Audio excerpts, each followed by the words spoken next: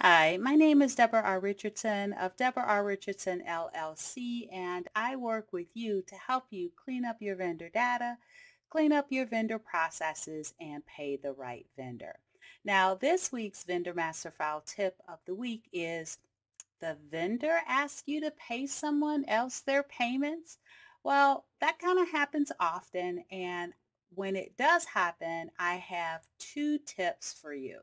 So the first tip is to always make sure you get some type of documentation. So many times when this happens, it's because one, the vendor has sold their receivables for working capital purposes, and that's typically called factoring, but it can also be some court-ordered mandate. And so you want to get some type of an agreement or some type of letter to make sure that you have the vendor's permission to pay someone else their payments. And then once you have that, you verify that it's valid, then I would do the second thing, and that is to set up both vendors. So you may already have the first vendor, the one that you're actually doing business with, that's providing the goods or the services. You may already have them set up.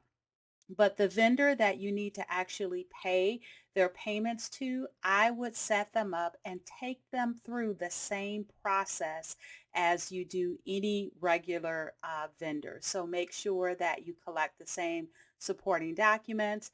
Make sure that you validate their information before adding them to your vendor master file, and then add them to your vendor master file as a separate vendor record. That way you have two vendor records of validated information.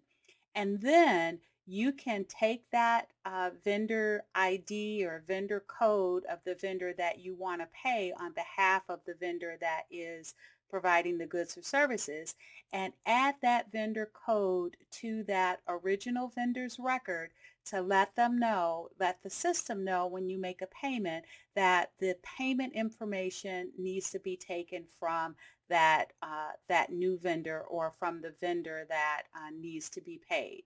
So in other words, if you have a system like SAP, I know that field is called alternate payee. If you have a system like PeopleSoft, I know that field is called remit vendor.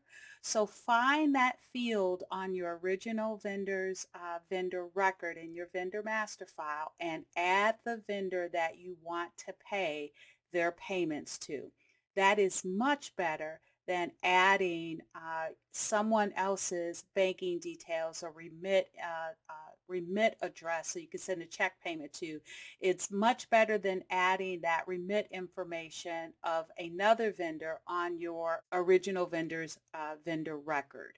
You want to make sure you always know who you are paying, and if you are paying someone else on behalf of your vendor that is valid, you want to make sure you know who that is and that relationship exists. So that's my 2 cents. That's my recommendation. If you would like more information on how to improve your vendor processes, please go to my website at debrarrichardson.com. There you will find free tools and resources to avoid fraud, regulatory fines, and just overall bad vendor data. So good luck, and be sure to subscribe and hit that notification bell to be notified next Tuesday for the next Vendor Master File tip of the week.